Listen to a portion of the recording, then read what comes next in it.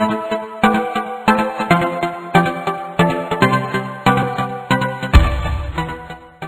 Mr. Gandhi, and if I have to single out one person in this gathering for addressing specifically, that is Professor Bhargav, and distinguished ladies and gentlemen assembled here. This lecture is centered around my book on India's foreign policy. This book deals with a large number of the aspects of India's foreign policy, though not the entire gamut, because it was never meant to be a textbook. It is a collection of, not even collection, but restructured version of the papers that I wrote when I joined the academy after my retirement from the Foreign Service. So this book includes chapters relating to subjects on which I really worked as a part of my research work. And therefore it is not comprehensive. There are many aspects which are not covered. Our relations with some of our very important neighbors like Nepal, Sri Lanka, Bhutan, Afghanistan. It doesn't cover India's policy towards Southeast Asia, particularly the Look East policy. But it does cover, which it did not do in the beginning, our relations with Pakistan. And based on the book, I shall today speak on three major challenges to India's foreign policy. One is how to deal with Pakistan. Second is how to deal with China, which is a power which has transformed the geography of world trade and the topography of world economic relations. And India has to deal with it just as many other nations have to.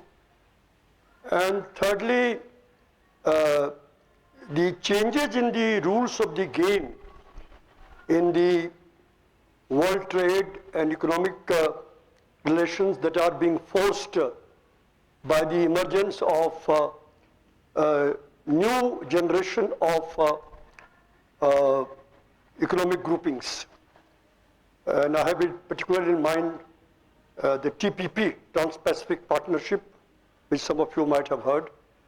There is also Atlantic Partnership being negotiated. There is regional comprehensive cooperation agreement being implemented. These are not exactly based on the rules of trade which have governed international trade until now. That is originally GATT rules and later on incorporated into WTO. They go much beyond it, and they set new benchmarks, new standards, which only few countries in the world can cope with, and others cannot cope with them without compromising on their obligations to their people, without compromising on the contract that they have with their people to protect their rights, without compromising on their objective of protecting the environment, and so on. Now, but the fact is that if countries representing 80% of the world's GDP and same percentage of world trade combined together and set the rules, and they declare to the world that we are going to conduct our relations based on these rules, what do other countries do? What does a country like India do? So this is the third challenge. So these three challenges that India has to meet, I will deal with it during the time that I have at my disposal. Perhaps if I exhaust my time in the first two, I may not be able to take up the third one. But let me start with Pakistan. And here I want to dispel some wrong notions that are perpetrated by media and the so-called Pakistan experts regarding Pakistan's economy, polity and society. Let me make it very clear right from the beginning that Pakistan is not a failed state, just as India is not one. Pakistan may be on the verge of being a failed state, but so is India in several respects. And there is no reason for us to dismiss Pakistan on this score. It has held its society together in spite of all the vicissitudes of its economic development, political governance, political system, and it is going to do so in the coming years also. It faces the problem of extreme religious groups which have really expanded over the last 20-30 years. And in the beginning, they were nurtured by the state to be used as an asset against India and Afghanistan. But then they developed to a point where they are in the danger of devouring the state itself. That is one of the biggest problems of Pakistan. And the rise of these extreme religious groups has made the conduct of relationship with India extremely difficult because their whole approach to dealing with countries is based on religion. Another basic problem that we faced with Pakistan and the current rise of extremism is a manifestation of that in the worst form, is the Pakistan's perception of its self-identity. And this was very much derived from the two-nation theory. When India was partitioned, here was one state based on religion and another state based on secularism and pluralism. Success of the secular or plural state posed a standing threat to the state based on religion. And therefore, that state consciously adopted a policy of decrying India's secularism, running down India's secularism, not highlighting and exaggerating its failures, and it saw its self-identity very much in anti-Indian terms. So this was the other basic problem. The final problem with Pakistan is that, it is not, Pakistan is not the first state where religion is the, organizing principle behind the state. There are many other countries in the world where religion is the organizing principle. Israel is one of them, where the state's organizing principle is Judaism. In Sri Lanka, over a number of years, it was the ethnic majorities which dominated the state. In many of the Western countries, there are still rules that you can't become the head of a government unless you are a Catholic, and in some cases, for that matter, a Roman Catholic. and in some cases a Catholic of particular variety. But the point is that that does not mean that you would have a hostile policy towards states which are based on a different organizing principle.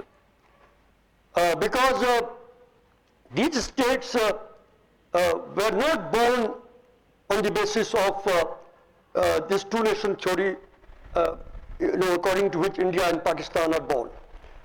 And the form that religion took in Pakistan veered more and more towards extremism of the Salafi and Baha'i type practiced in several countries of West Asia. Then the Islam as it developed in the Indian subcontinent. That Indian subcontinent Islam was very much influenced by Sufism.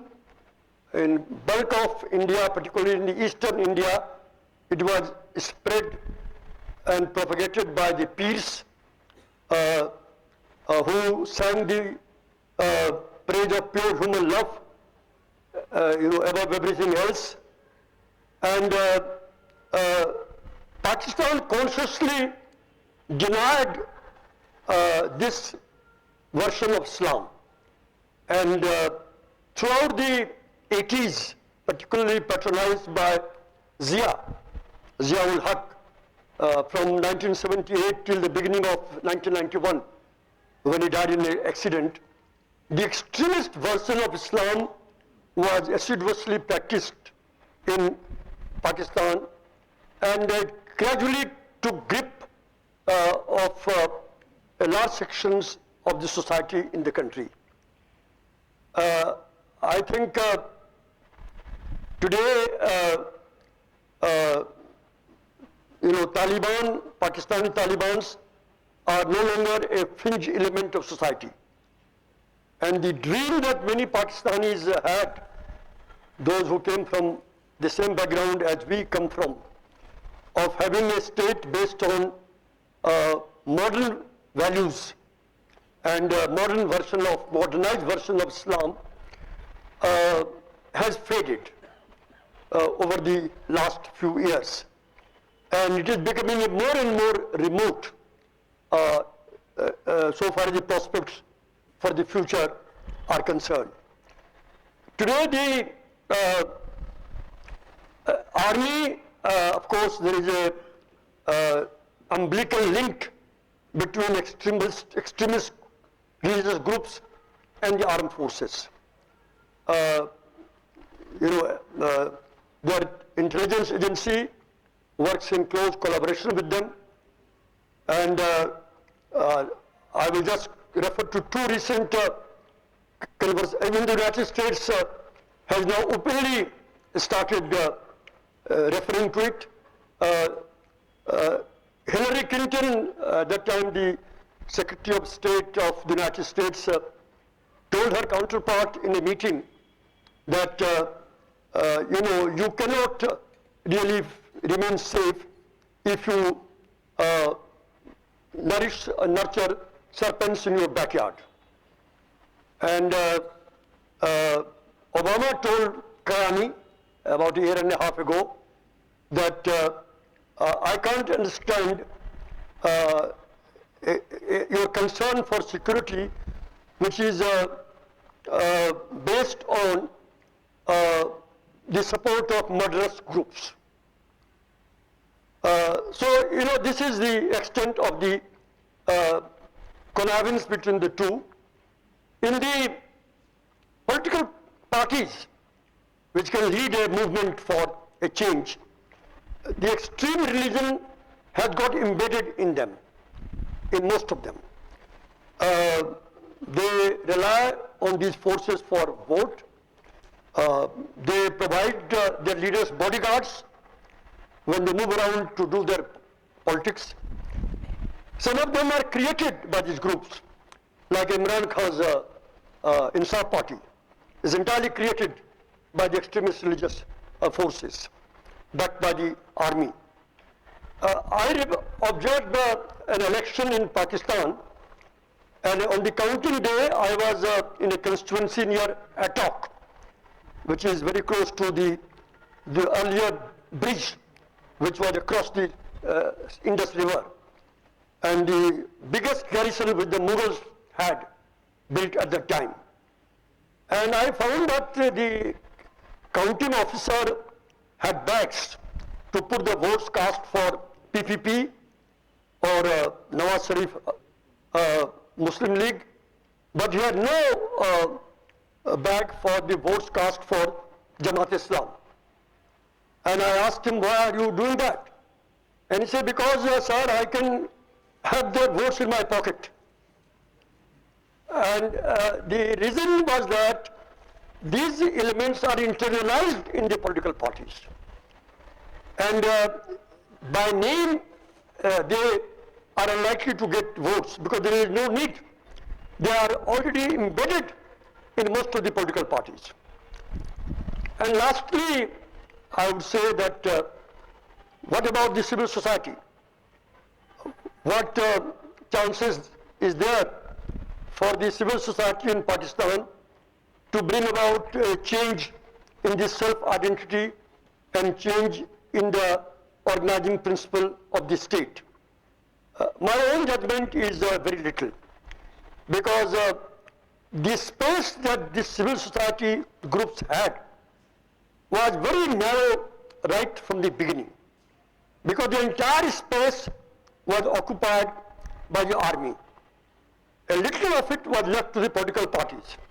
So the residual space for the civil society groups was very, very thin.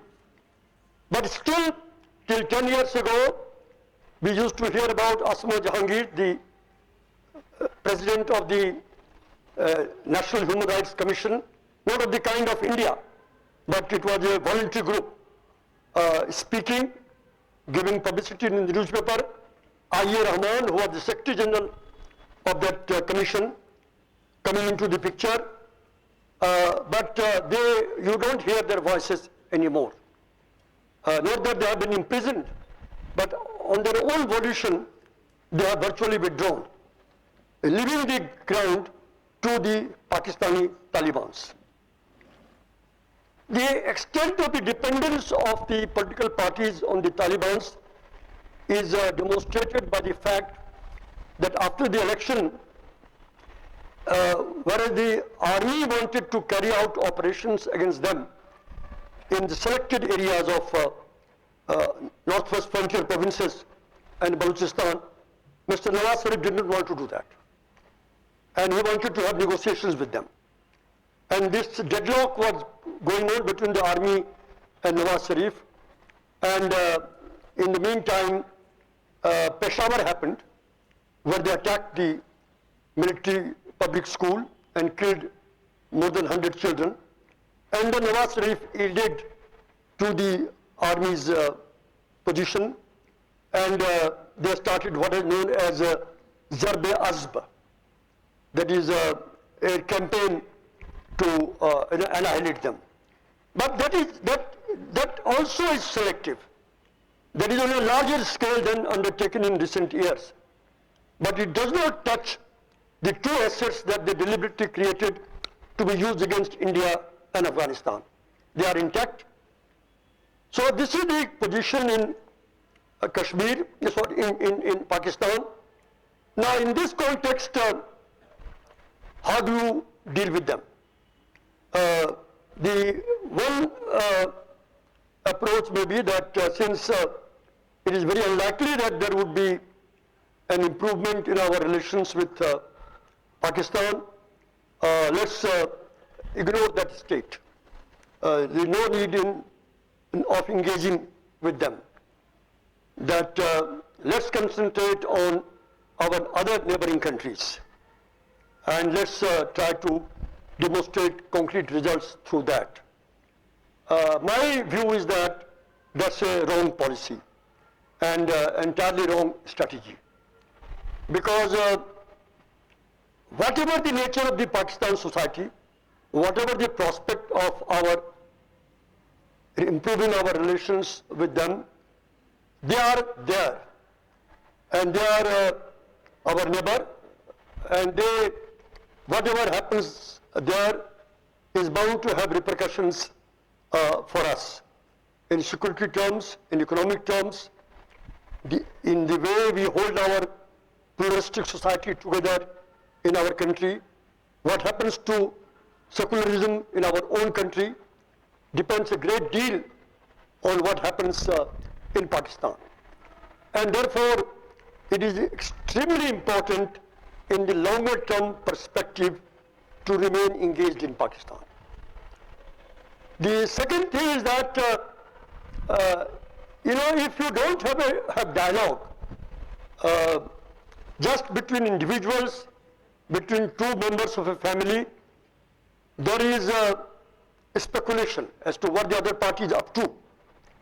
And under this speculation, wrong assumptions are made. And under these wrong assumptions, wrong steps are taken, which aggravate the current situation. And if you have a dialogue, then there is a transparency. Each side knows to a great extent what other is up to. And at least there is, to a very great extent, misadventure can be avoided. It's the best means of having a dialogue. Third thing is that India has relied on one outside power for dealing with Pakistan or putting Pakistan on the right side. That is the United States. The experience shows that that has not worked.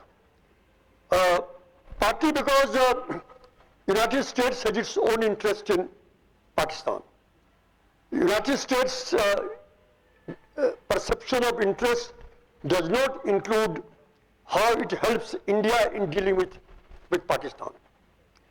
And whatever objective that United States wanted to pursue through keeping its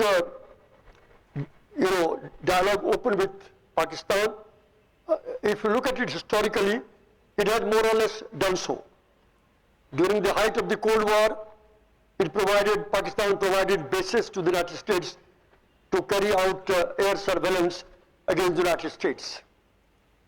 When United States in its misconceived strategy decided to rid Afghanistan of the Soviet influence of communism, Pakistan took the strategic decision to side with it.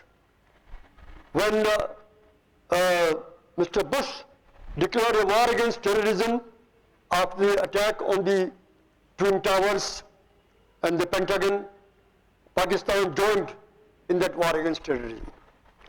In Afghanistan, when American troops were there on the ground, as well as when they were about to withdraw, Pakistan ensured that the terrorists that it has nurtured and trained did not attack directly the American troops, either during the period of the operation or at the time of their withdrawal. Pakistan provided was a go-between for United States to have an opening towards China during the time of Kissinger and Nixon era.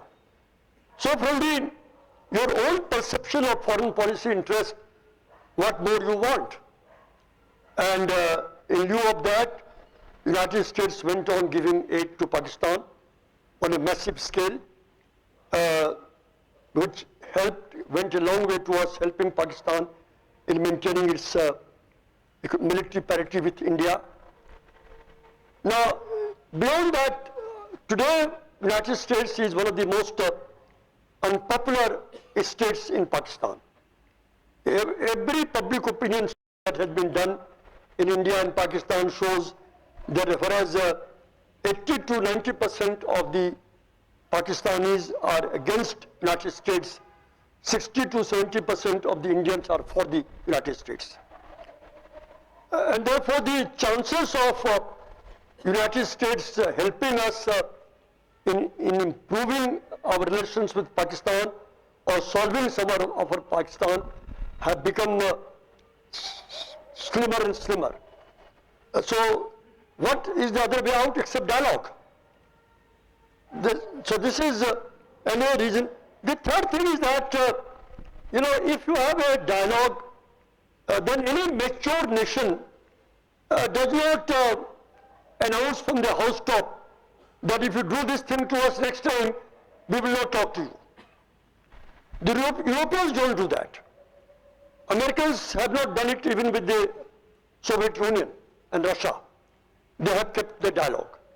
And they have built structures and a kind of relationship which is amazing. It is really difficult to think that that will be possible in this situation. I mean, during the time of the Cold War, the Soviet Union was able to spread the whole network of pipelines to supply gas and petroleum to Europe. This is how they served their interest.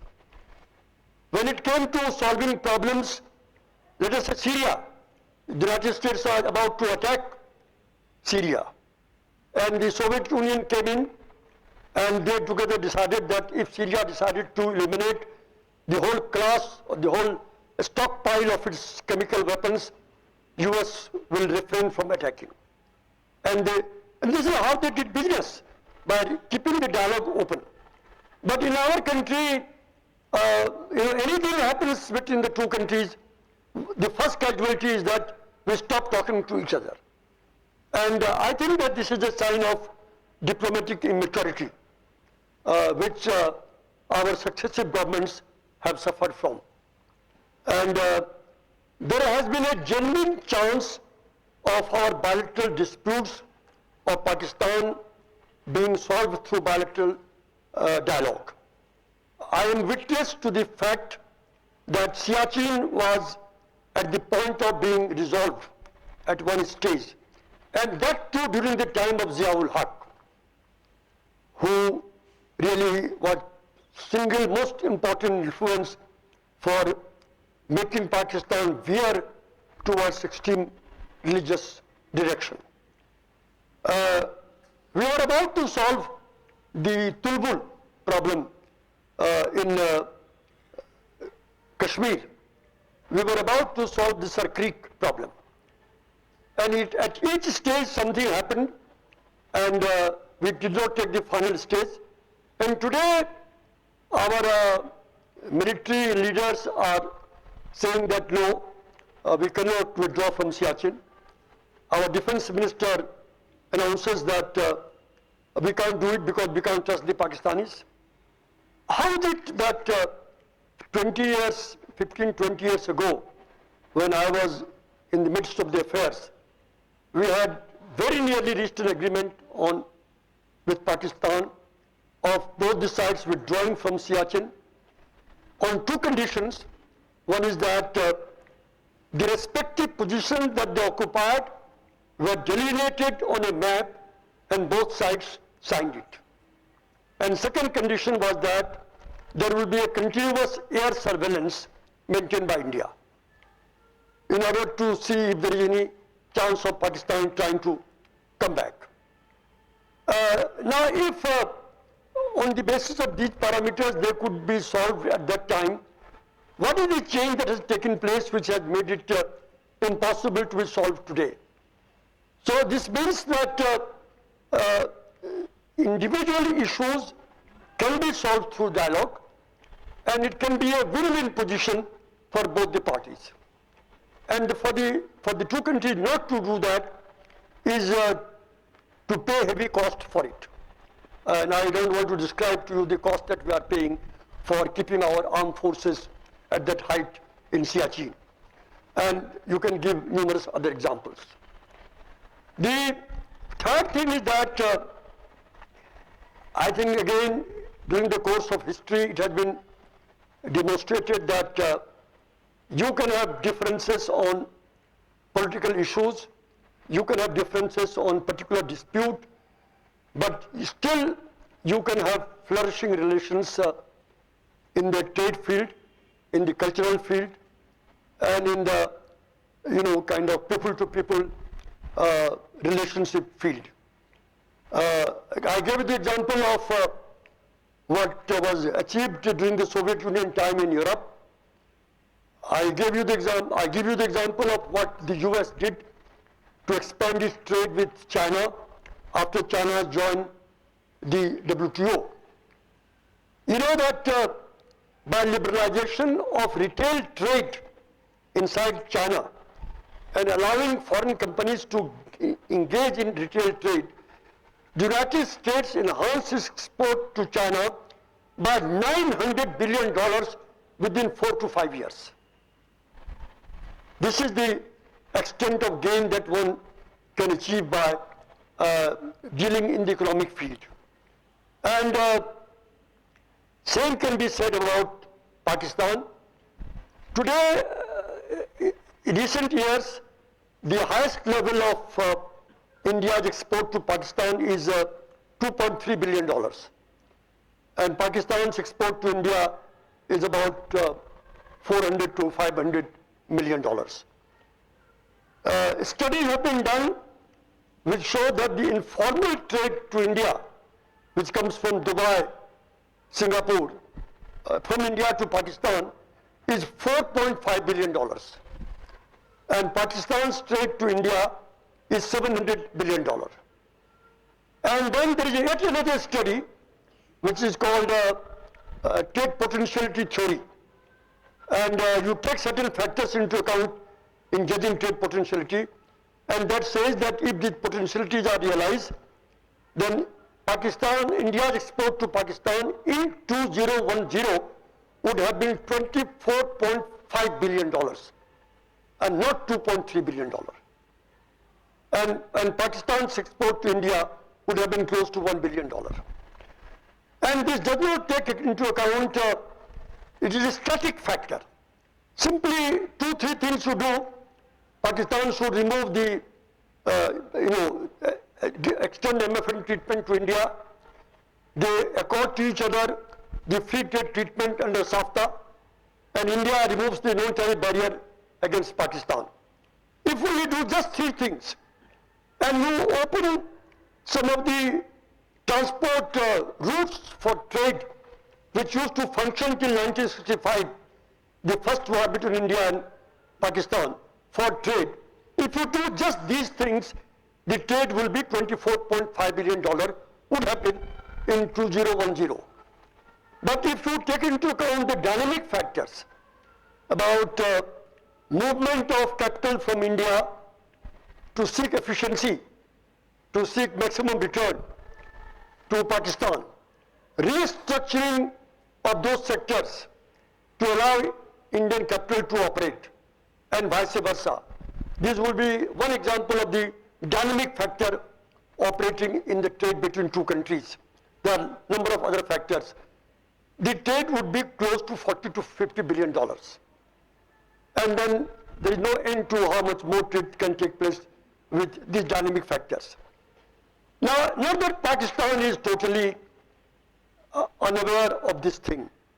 Even during the time of Musharraf, when the comprehensive dialogue covering all political issues used to come to, was on again, off again, the trade dialogue became continuous from 2005, and it continued till 2018.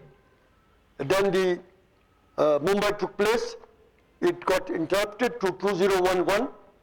In 2011, it started again. And in September 2011, it was agreed, Pakistanis agreed, that we will move from the positive list of trade to negative list of trading with India, which means that we would not say that you can trade only in these commodities. It means that we would say that we trade in all commodities except those in the negative list. And then by the end of 2012, we will abolish the negative list. and we will allow trade to take place in all the items. And India said that if you do that, which amounts to granting MFN treatment to us, we will reduce our negative list under SAFTA, free trade, to 100, which means nothing, which means list for only security ground and health ground. There is virtually all trade is allowed. And we will move to the SAFTA free trade range. And SAFTA free trade range is 0 to 5% on all commodities. And then unfortunately, Pakistan went through election process. A new party came to power. They said that we can't implement it in September 2012. In 2013, the new government came to power, and they said that no MFN without solving the Kashmir problem.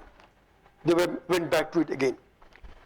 But there is a pressure from the trading interest, commercial interest in Pakistan to do so. So much so that a government under the army dictatorship was moving in that direction and did take the very important step of moving from the positive list to negative list, which still exists today. So this is the potentiality in the economic field, and from there you can, the way it can influence in other areas. So I will conclude my talk on Pakistan by just making this remark that if Pakistan's own internal factors has worsened so far as it concerns their bringing about a change in the organizing principle of Pakistan.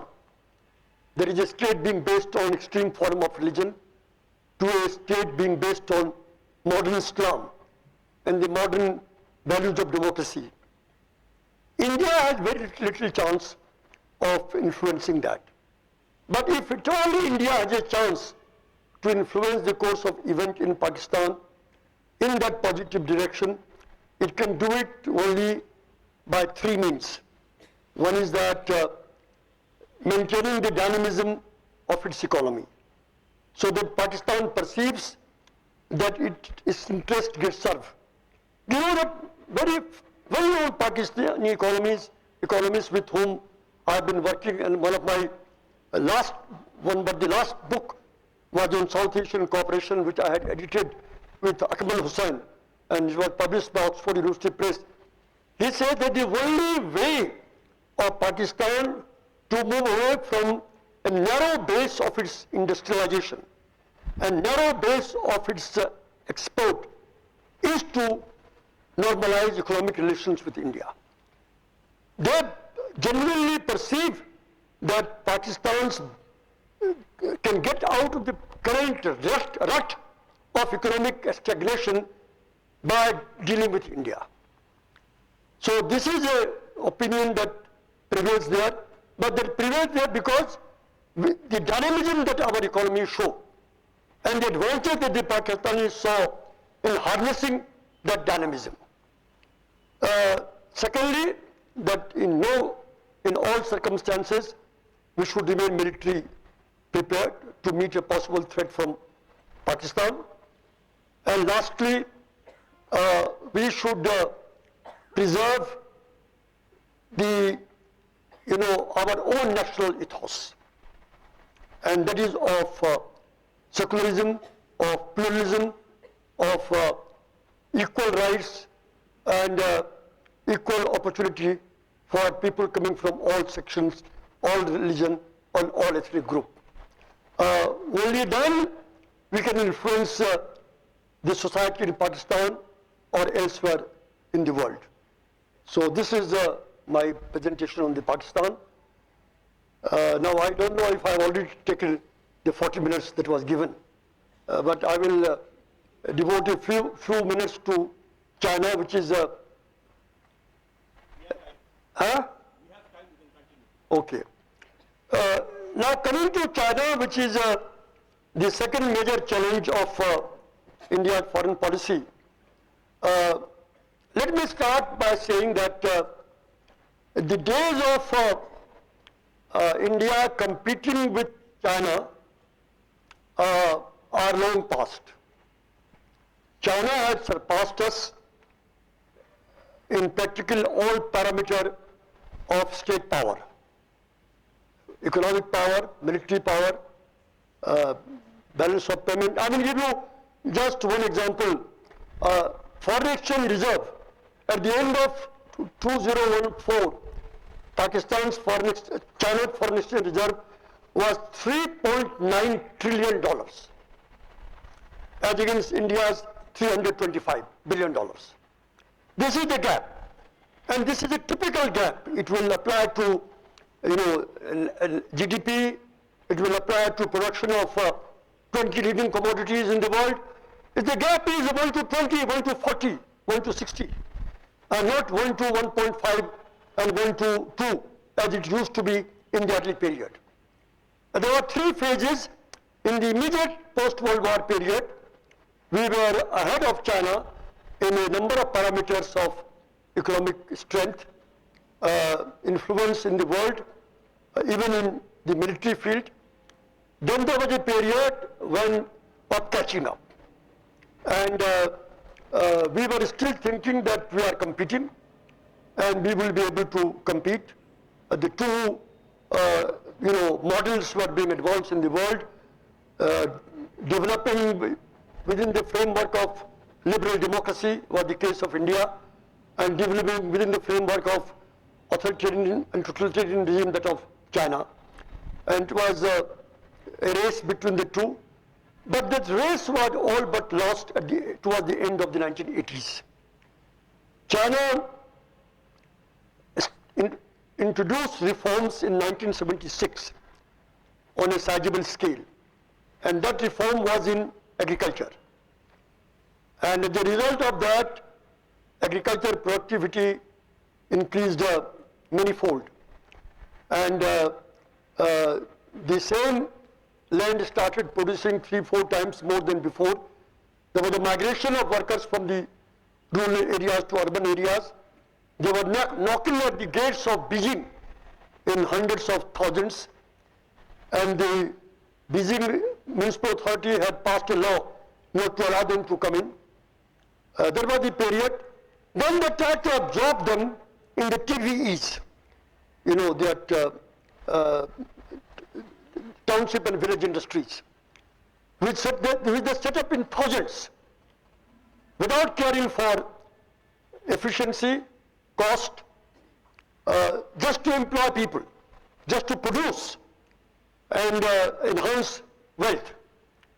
So much so that when the TVEs were at peak, they produced 40% of the total manufactured goods of China, and they produce 30% of total Chinese exports of manufactures to the world. Then they passed this stage, and then they said that they had no way out but to go in for total liberalization. And it was the lead given by Deng Xiaoping, and they joined the GATT in 2012, 2002. They took 5 years to implement the GATT WTO 207, and they changed the entire structure of their economy. I mean, other countries joined GATT or WTO to be able to have MFN treatment for all members, to be able to be made complaint against anti-dumping under the WTO. But Chinese, in addition to serving this purpose, use their accession to WTO to bring about a deep, far-reaching structural change in their own economy. And they did it within a space of 5 years, 2002 to 2007. There used to be, I'll give you only a few examples, there used to be 1,500 units in China producing automobiles. That number was reduced to 5 or 6. The same was true of banks, of insurance, and today 1 or 2 insurance companies and the banks of China are among the top 10 of the world. The whole world is looking up to them for investment to see that their own economies develop. So the phase of competition was over. And now the issue today is coping with the, not China, which has risen and is still in the process of rising. How does India do that? Now, I think that to a considerable extent, India has followed the right policy, and that dates back to 1976. We had a gap of 14 years from 1962 to 74, when we did not have an ambassadorial rank relationship with China. Our head of mission was a charge d'affaires in Beijing. And only in 74 or 76, Indira Gandhi sent the first ambassador. Then the Chinese foreign minister came in 1 year later, I think in 81. And at the time when it was decided to discuss the border at the level of vice minister. Vice minister means secretary, really. Most of the communist socialist government call secretaries as vice minister. So at the level of secretary on a continuing basis, then Rajiv Gandhi's own visit in 1988, and then continuous visits. There is hardly a year when either our president or our prime minister doesn't go to China, and the reverse visit does not take place from there. There is a distinct change in the Chinese attitude towards India, in my memory. In the 1990s, you know that at one stage I happened to be an expert in disarmament also. And my first contact with Dr. Bhargava was in that context. And in the 1990s, we wanted to, before the Pokhran II, we wanted to discuss with China nuclear issues. And the Chinese said, nuclear issue with India? What locus standi you have to discuss nuclear issues with you? And they would not even condescend to get down to discussing nuclear issues with us. And that happened from the beginning of the 21st century, again mainly because of two factors. One was our own growth, because the Chinese growth was quite, dramatic. But our growth, starting from the 90s, continuing through the 2000, was not to be scoffed at. It was quite significant. It was the second or the third largest in the world. And the Chinese could not but have taken note of that. And then our nuclear explosion in 1998, the Chinese reacted to it more angrily than even the Americans and the Europeans. They joined the Security Council resolution asking us to roll back.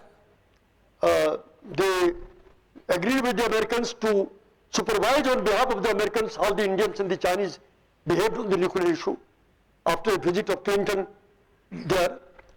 But from 24, 25, when it became a fait accompli, our de facto nuclear power status, plus our rate of growth of 8 to 10% per annum continuously for a decade, there was a change in the Chinese attitude towards us. And in 2013, there was we have, now you hear the word strategic relations with countries. It has become a very cheap thing. If our Prime Minister goes to Mali, he establishes strategic relationship with them. And if he goes to Dahomey, he does the same thing. But the real strategic relationship is that you discuss to mutual advantage issues of war and peace, nuclear issues which affect living on the planet, climate change, rules of the game in trade. That is a strategic relationship. And 2013, after Manmohan Singh's visit to Beijing, for the first time the Chinese signed a vision document on strategic and cooperative relationship between India and China. And now they have been discussing nuclear issue with us on an annual basis. Earlier, as I said, my time when I was specializing in this subject, they would not even consider us worthy of discussing this subject. Then the trade, this is unprecedented. It never happened in the world that a trade, I'm talking about, which was at the level of $2 billion in 2000, went to $73.9 billion in 2011. One decade from 2 billion to 73.9 billion, 71.9 billion. This is the manner in which the trade has developed between the two countries. Our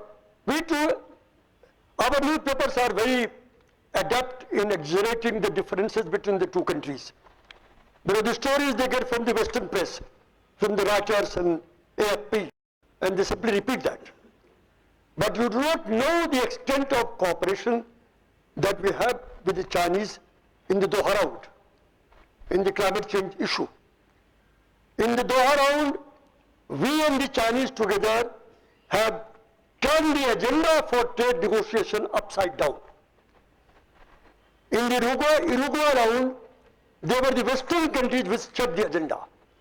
In the Doha round, it is our agenda. It was our agenda.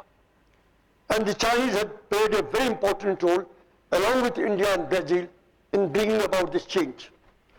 For the first time in the WTO history, the concern for the livelihood of the millions of people had been accepted. And that was done in the Doha round.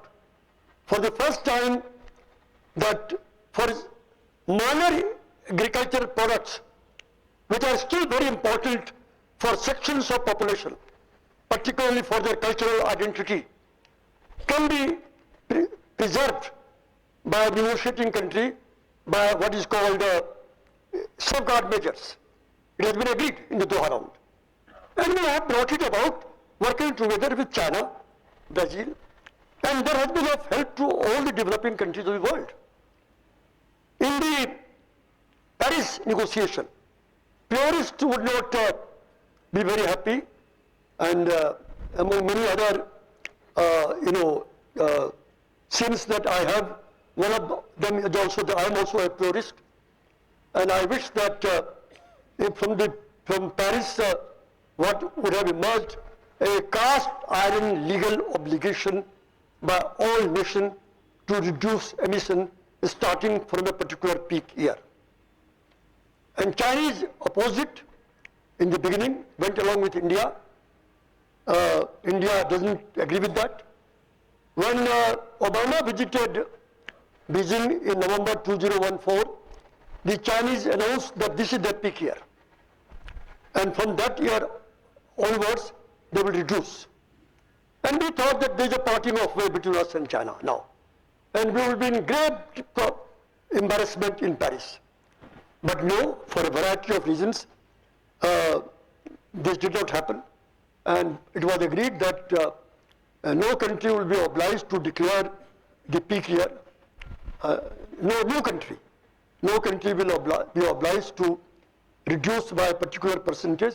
Every country would have its own package, which is a good or bad. And the package put together is not regarded as adequate for keeping the global warming to 2.5%, which is supposed to be the level beyond which there will be disaster. But the fact is that it gives us full flexibility.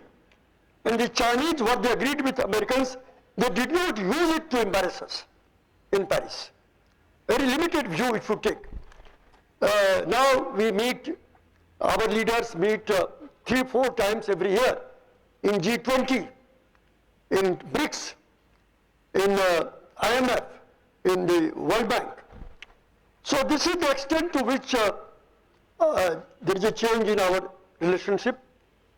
But I would say that the true test of good relationship is the concern that one party shows for what the other party regards as its legitimate and best interest.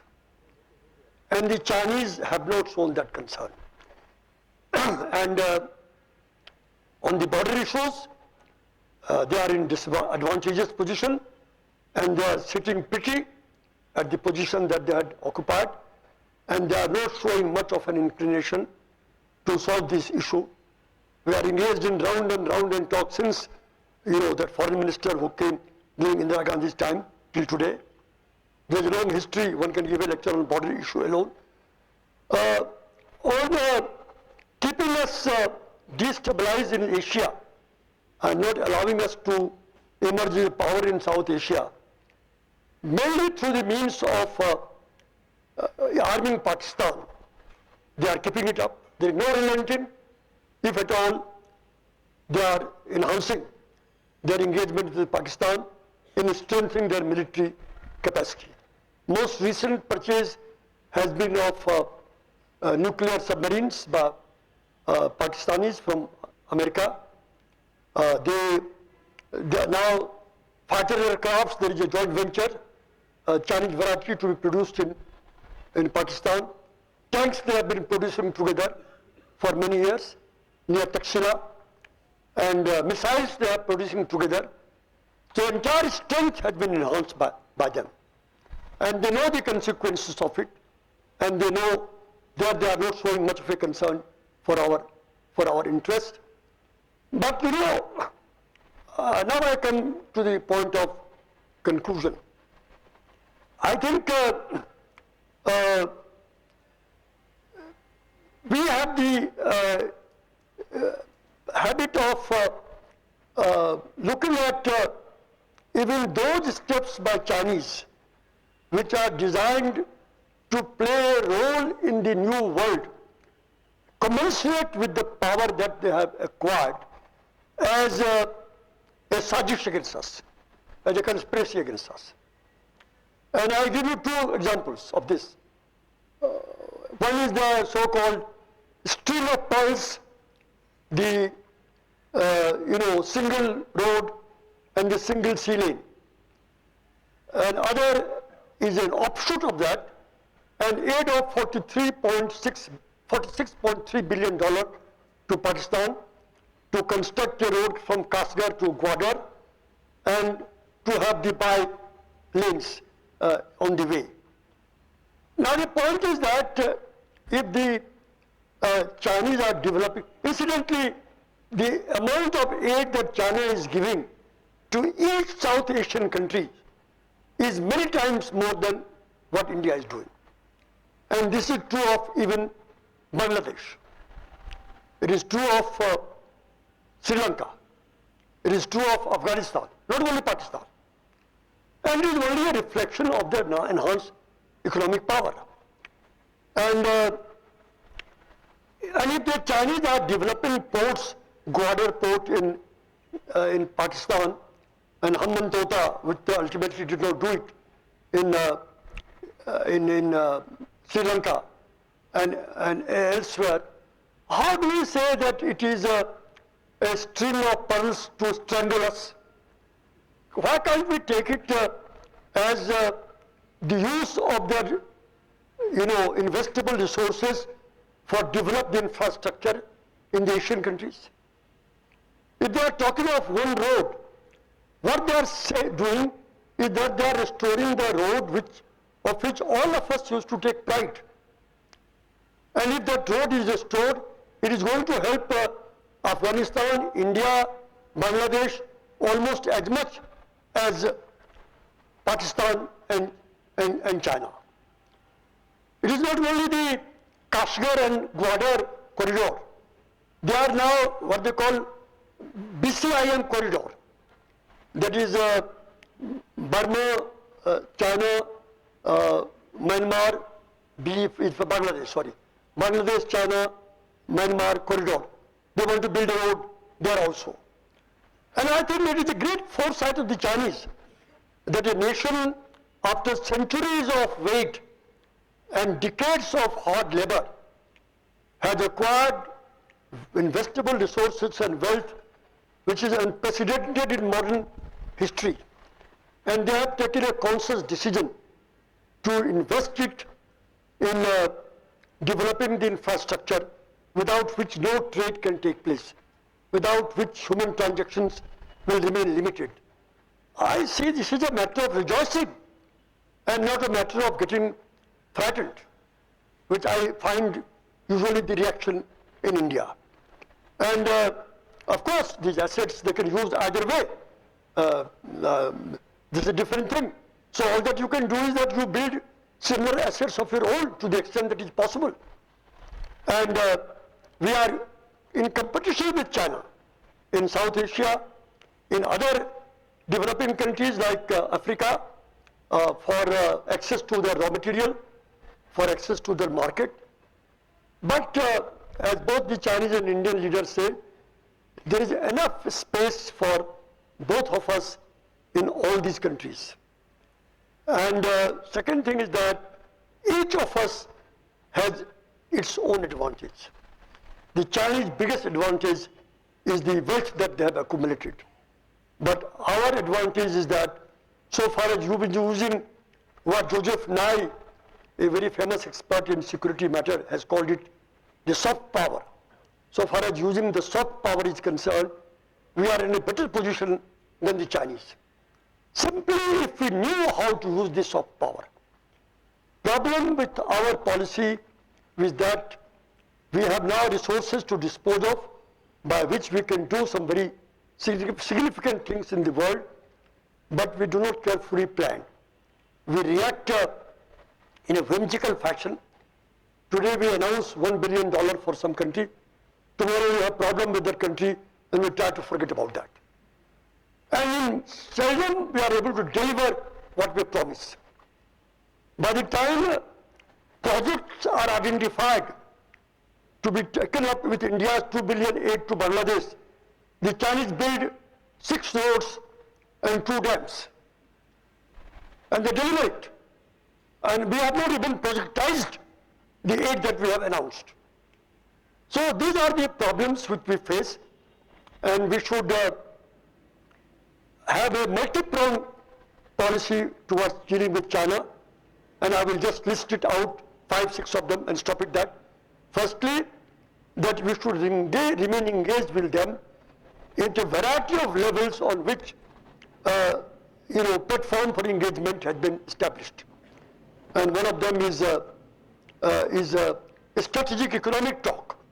Earlier we used to oppose Chinese investment in India, and we rejected to get aid for developing a port in, I think it was in Andhra Pradesh or Kerala, because we thought that it will give them the Chinese a strategic advantage in India.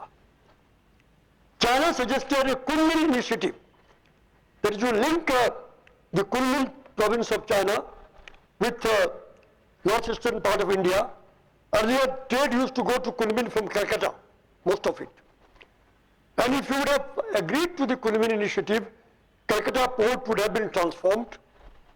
But then our security expert gave the advice that through that road they will start sending spies. As though in this advanced world there are no other means of sending spies to other countries. And we did not accept the Kunming initiative. And now the BCIN is a version of the Kunming initiative. So let's accept it, work it. We have done the right thing in agreeing with the Chinese to start a new development bank in BRICS, a new currency exchange system in BRICS. We have joined the Asian Infrastructure Investment Bank with the Chinese right from the beginning. We should do it so far as their fund for Silk Route is concerned. Third thing is that we should, again, the growth is a very important thing. China's growth has encountered several difficulties, and they have consciously decided to slow it down without having a hard landing. Our growth is proceeding at a faster rate, and we should keep it up for a decade or so, maybe more, and that will enhance our bargaining position. Lastly, I would say 2 more points. One is that we should not be averse to developing relations with neighbors of China, even in the defense field, which makes them think about their relations with India, and which gives us a little more diplomatic space in dealing with China. We are not hurting China's direct interest in having dealings with, say, Vietnam or Thailand or Indonesia. We had really relations with them which gets much further back before Chinese started relations with them. And it is a continuation of that at a higher plateau. And we should take it at that, project it at that, and at the same time, it would send a message to China, which somewhat widens our space for diplomacy. We should do that. And lastly, I would say that in developing our nuclear deterrence, we should build an element into it which will compel the Chinese not to take us for granted.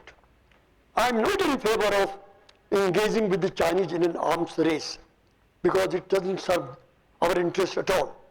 One can militarize only consistent with one's economic capacity. And if you are going to militarize just to compete with China and in the process deprive your own citizens of their human rights and basic rights, I think that in the long run you are sowing the seeds of conflicts in society which will envelop your country and weaken you further. So I conclude with these words. Thank you very much.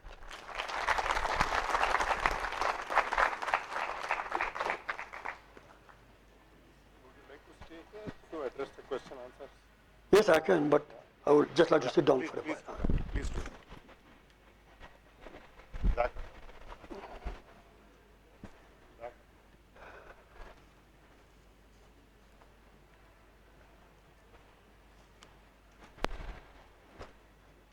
Thank you.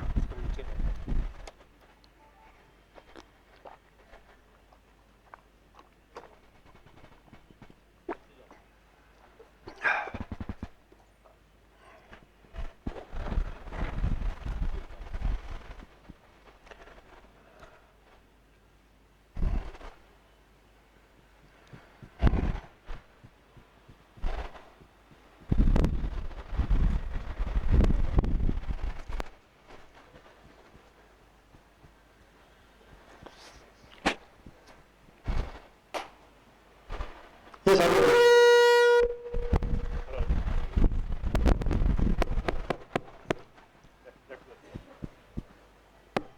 Yeah, now it's working. Friends, that was the most, clinical assessment of a very complex policy of foreign policy. And I must thank you, sir, for giving us this assessment. And I'm sure there'll be a lot of questions at the outset. Yeah, 1 minute. Ajay, you want to say anything? Before we get on with questions, an announcement and a request. Next Saturday, that is on 19th, we have Mr. P. Chidambaram coming, and Mr. Chidambaram comes and gives a talk here on 1 year in opposition, and Dr. Y.V. Reddy will be giving the introductory remarks. So do come. We expect an overflowing crowd, and that is where the request comes in. We have a problem of parking. This school can only accommodate so much. I have a request. Please park your vehicles, if you can, at the Lumini Park parking lot and take a short walk here. Maybe if you are coming with a driver, ask him to park outside the school and not park here, so that seniors and ladies and all can get parking space within this place. Carpool, use Uber, what you can, but help us with the parking issue. Thank you so much. All Manthan events start sharp at 6:30. Yeah, Dakar will take the...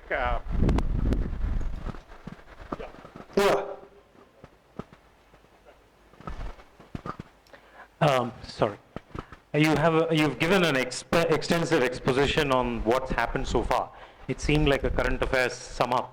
But what I was thinking more is, is there from the time of independence. We have not developed a professional foreign service where you have selected your candidates based on proficiency. We seem to have a general pool and then seem to select some people who choose the IFS, which could explain the kind of strategic deficiencies in strategic long-term development of national strategies, and the fact that you yourself mentioned as whimsical. We seem to go from crisis to crisis and without seemingly having a long-term plan at the background, and then do a tactical decision-making as circumstances arise. Do you think we should change the way we recruit our foreign service diplomats so that they have a better understanding? And apart from that, there is the other tendency of our diplomats to have this colonial hangover. So we seem to be overawed by the Western nations' diplomacy, and you raised virtually the point there that we Asians should probably counteract the TPP by strategically cooperating with the Chinese, because the TPP is basically encircling China, the American strategy to isolate China. What do you think about professionalism of our diplomatic service, and what do you think about establishing think tanks so that that helps the government of the day to be consistent and not change when the parties change power?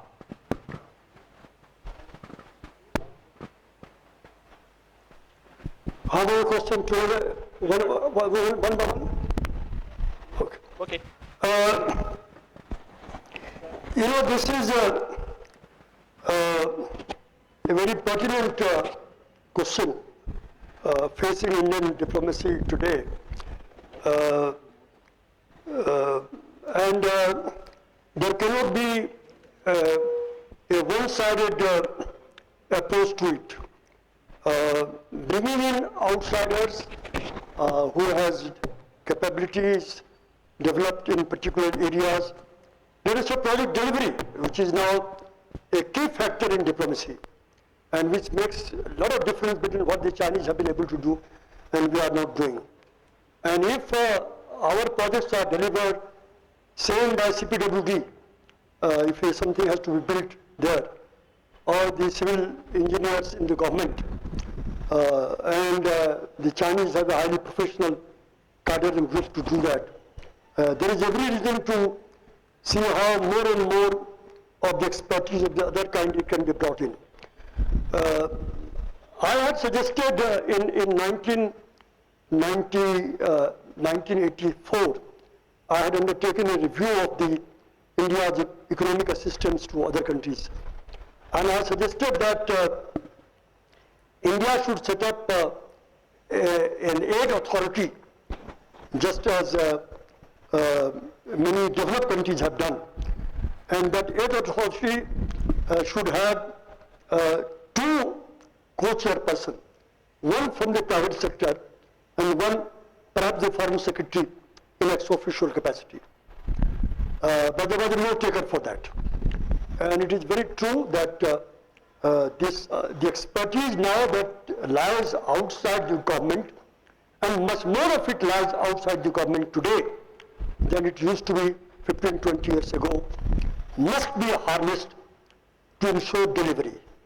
And this is our Achilles heels, our weakest point. But for bringing these people to serve in the service, there I would say that, very much depends upon the criteria that you apply for the intake, the training that you give, rather than just where you take from this source or that source. And lastly, I would say that unfortunately the position of think tanks is pitiable in the country.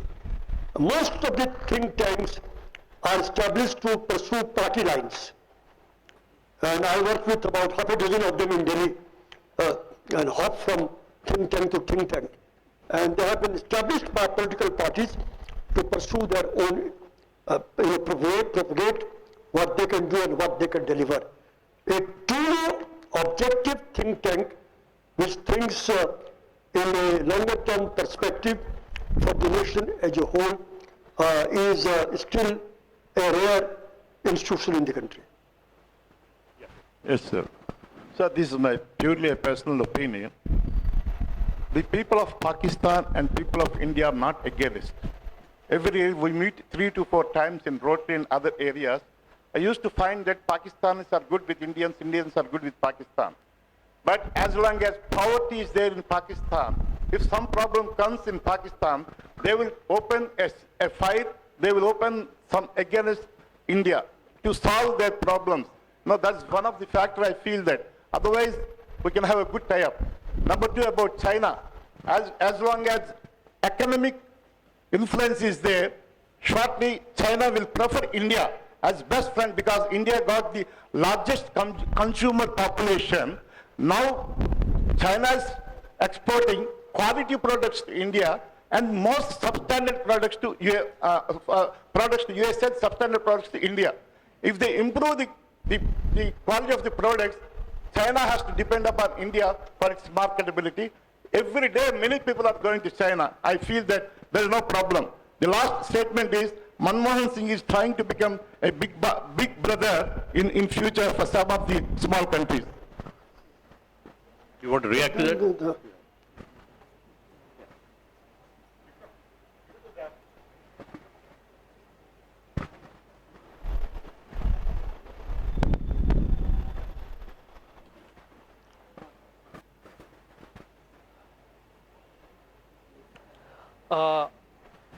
In India, ever since India we have achieved independence, in every year we talk about in the 5-year plans about the improvement in the agriculture sector, and why are not we are enabled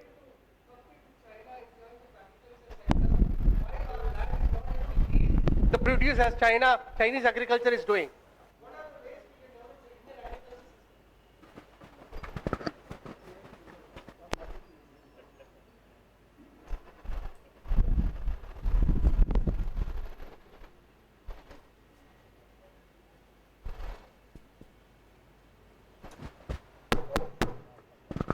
Hello, sir. I want to ask 2 questions. One is about Pakistan and the other about China. How do Balochistan and North Waziristan in Pakistan act as, those separate Balochistan movement and the terrorists in North Waziristan affect Pakistan when it comes to India? Do The Security Council, what role the Chinese will take is difficult to predict. And India is proceeding on the assumption the Chinese will simply go along. And that's why it is continuing to make its effort to muster majority for becoming a Security Council member. Now then, I think I don't have the track of the other question. Yeah. Sir, you have mentioned in one of your writings that Tibet is the weakest link in China's domestic policy. Why do you say so, sir? Which is Tibet? Tibet. Yeah. Is the weakest link in China's domestic policy. Why do you? Good evening, sir. Yeah. My question is about the evolution of India's foreign policy. If I say that we have moved away from Nehruvian idealistic policy to totally pragmatic today, so do you agree with that? Pardon, please, once again. So if I say that India moved completely away from Nehruvian idealistic foreign policy, like we have been the voice for the third world nations, but today we are pushing our own interests forward, be it in WTO or climate change. So it's all about our interest. So do you agree with that? We became more pragmatic and realistic today. Thank you. Both the questions are very interesting. Tibet is clearly a weak link because they is a community. I mean, China is a homogeneous society. Basically, the domination of one tribe, and there are only 2 areas where there is a demand for autonomy, ethnic self-assertion, and there is in the Xinjiang province and the Tibet. And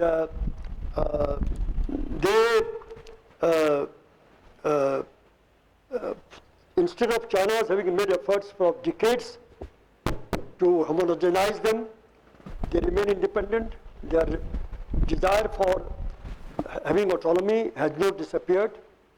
Whenever they have an opportunity, they rise in rebellion at very heavy cost to themselves.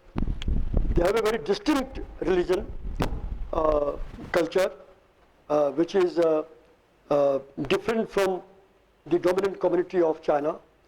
And India has played a very important role in keeping that religion and culture alive. And therefore, you see, one of the manifestations of Tibet being a weak link in China's domestic policy is the disproportionately angry way in which China reacts to any movement that poor Dalai Lama makes. I mean, if you are a confident power, you would not do that. If one of your citizens goes and meets another president, it's so much so. And if the mighty country, why should you be so worried about this one man sitting from India and playing the role of a kind of a saint in the typical Indian tradition, causing a split in the Chinese empire? So this means that they are not prepared to accommodate ethnic aspirations within their federal framework.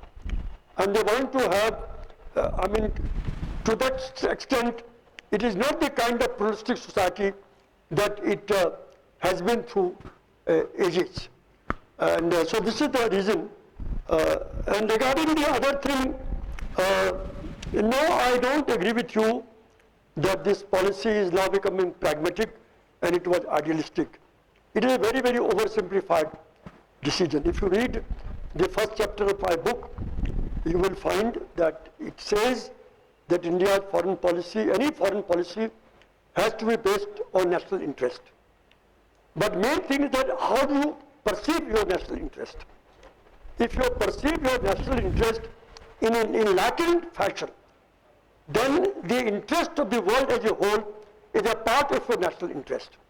And therefore, it is equally incumbent upon you to struggle for establishing a just and equitable world order in your own national interest.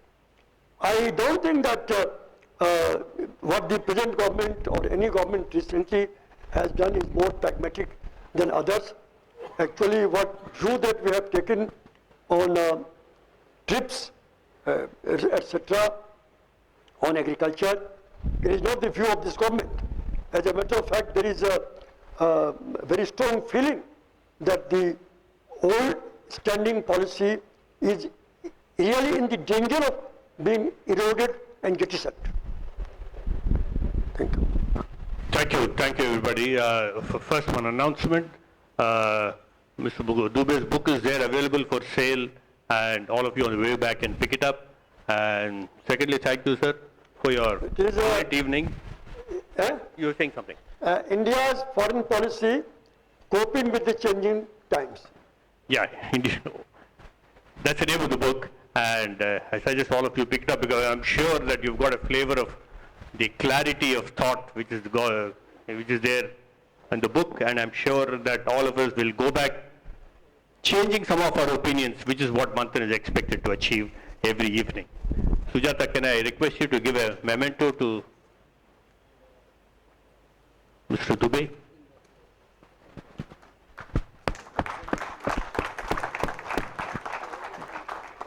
Thank you one and all. Thank you for being with us, and please, all of us will meet here on 19th to have a Manthan with Chidambaram. Thank you. Good evening. And India have a friendly relationship against Pakistan, and the other question is China. How does this Indian naval exercise along with Japan and America affect our relationship with China?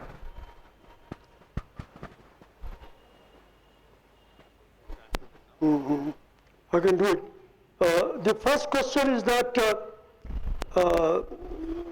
agriculture development in China, one major reason of success was the land reform that was carried out side by side with the Chinese Revolution pioneered by Mao Zedong. And there was a more or less equal distribution of land, taking over of land by the state for cultivation, system of community land. That has never happened in India. And the second factor, of course, is that the reform that they adopted, they allowed the farmers to retain a large part of the product, and that provided them incentive, and they did that. So I think that it's a long history. Education has something to do with that. They achieved universalized education even among the farmers long time ago. Then we have been able to do that. So if you pursue a goal only in one particular sector without relating to the lacks in the other sector, your chances of success will be less than otherwise. And about Japan, relations with Japan and Vietnam, I already said at the end of my speech that every country wants to have widened its space for conducting diplomacy. And if India develops relations with Japan, Australia, and USA in activities in areas which do not directly hurt the interest of China, but at the same time which can be a restraint to some arbitrary action that the Chinese might take in the future.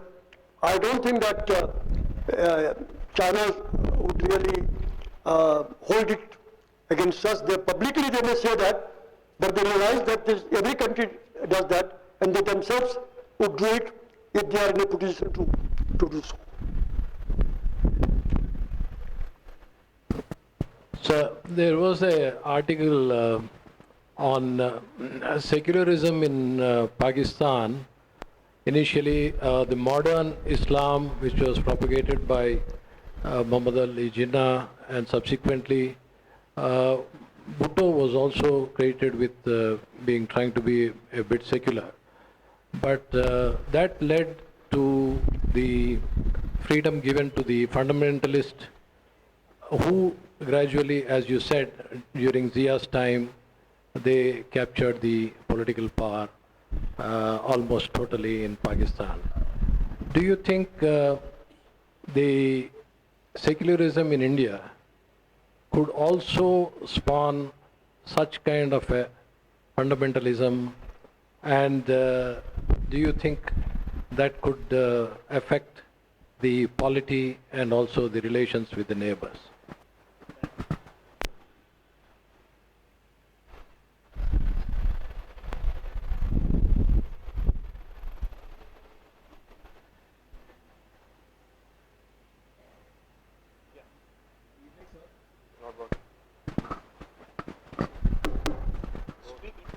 Okay, good evening, sir. During the course of your talk on Pakistan, you spoke about this, hitherto prevalent trust issue between the two countries. So I just wanted to ask you with regards to two aspects. One is the militaristic aspect. Could you say that during the Kargil debacle, when there was a complete divergence on the issues with respect to defense between the Pakistani civilian establishment and the Pakistani military, and also in matters of foreign policy where India's successive attempts, to make the SAARC summit successful for greater cohesive sub-regionalism within the South Asian context has been vetoed by Pakistan, purely because the military has not found it feasible, as it would ensure that the bilateral issues go to the back burner. So would it be fair to say that for this trust deficit to be resolved between India and Pakistan, the different poles of power within Pakistan have to first resolve the trust deficit amongst themselves?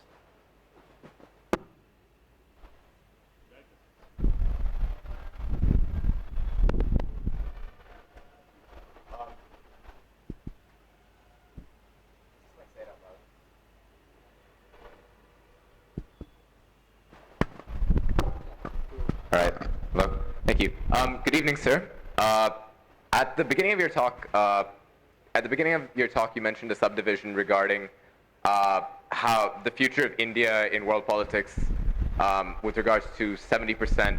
No, I'm phrasing this wrong. All right. No. Prior to the 1962 Sino-Indian War, in the years prior to '56, when we adopted the Hindi-Chini bye-bye policy, India was one of the countries that championed the recognition of China in the United Nations. It never ended up happening, the recognition of the new CPC government, now known as the People's Republic of China, until '72 and the Nixon visit to Shanghai. And I know that as it stands, the case for the Republic of India being recognized as a veto nation in the Security Council, as a permanent member, is under debate. And it's an issue that I've heard,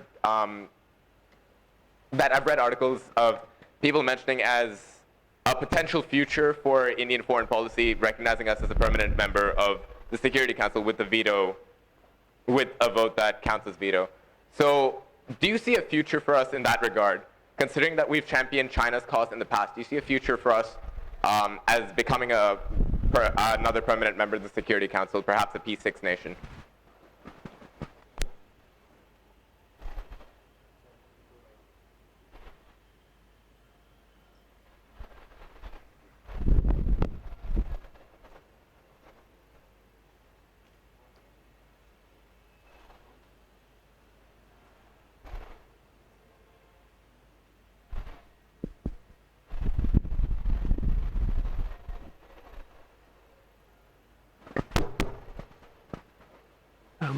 Muchkund, do you think the emergence of Salafism and Wahhabism in reference to its power has something to do with the emergence of Islamic terrorism and fundamentalism? In India, Wahhabism and Islamic terrorism. no, I'll repeat the question. The question is, has the emergence of Wahhabism and Salafism something to do with the emergence of Islamic terrorism and fundamentalism? And I've been told by several leading politicians, including the former Prime Minister, that in India, Wahhabis and Salafis are hardly an influence until we became independent. And we didn't worry about this. And their effect slowly grew. And that has something to do with the change in the psychology of the Islamic community in the country. My second question is, what do you think is likely to have been the change in the contribution of agriculture to Chinese GDP over the last 50 years? In India, agriculture accounted for 40% of GDP just after we became independent. Today, it accounts for less than 14%, which is a disaster.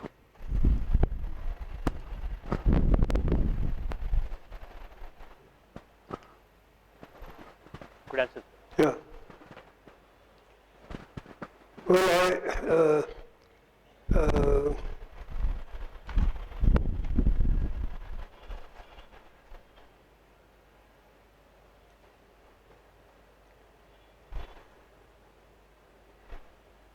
I will start with the last question. There is no doubt that the American activities in Pakistan's vicinity played a very important role in the strengthening of the Wahhabist forces in that region.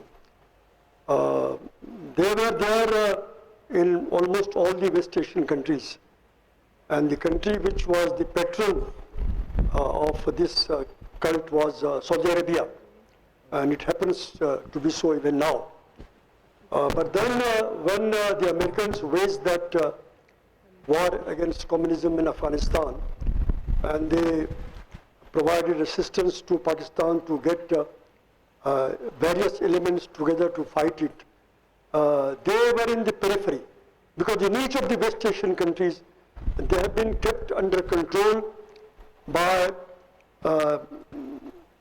dictators who were reasonably secular in their approach to society.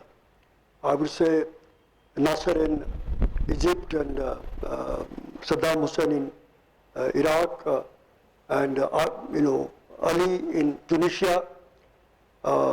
They form parties of their own, some of them socialist parties, like Tunisia, and they outlawed the Islamic Brotherhood, which represented the Salafist element. But then many of these elements joined the forces and they came to Pakistan, and from there organized to take arms against the Soviet Union. And since then they have been gaining strength. So you are absolutely right in the role that the United States has played in the strengthening of these elements. Now, on the Chinese agriculture, it is very true that agriculture has played the same role in China as it has done in the other industrializing society, where it provided the springboard for mobilizing surplus labor for developing manufacturing industries. It provided enough for the entire population to be fed. And after that, by increasing productivity, and after that, it left the agriculture thing as thinking that so much of manpower is not required in that sector. And this has happened in the United States and elsewhere, and the Chinese have followed the same path. But they are regretting that path, because the harm that it has done to the environment and the way it has spoiled the water resources and other resources, and that has led to the slowing down of the economy. An immense investment in the field of environment and technology, and ensuring that in the towns the same thing do not happen. I think if there is a society which can plan it holistic growth and green growth based on agriculture right from the beginning, as was advocated by Mahatma Gandhi and others, it could be argued that that may be a better way to proceed. But then, it requires a very careful planning, a really dedicated effort. Otherwise, you follow the typical market force logic of what agriculture can do to the economy. And this is what the Chinese did. So now coming to the Security Council, you had many issues, but I will just take up the Security Council. I would like to say that China's attitude towards India's membership of the Security Council is more negative than the other major powers. In this pursuit, the French, the British, and the Russian are with us. Even the Americans have veered round, but the Chinese have taken 2-3 positions which will make it very difficult for India ever to become a permanent member of the Security Council. One is that which country will be a permanent member should be decided in the region, not by vote in the General Assembly. And this is really to bolster the Pakistani position. And the second is that they say that we are in favor of India playing its due role in the United States. They will never say that we are in favor of India's membership of the Security Council.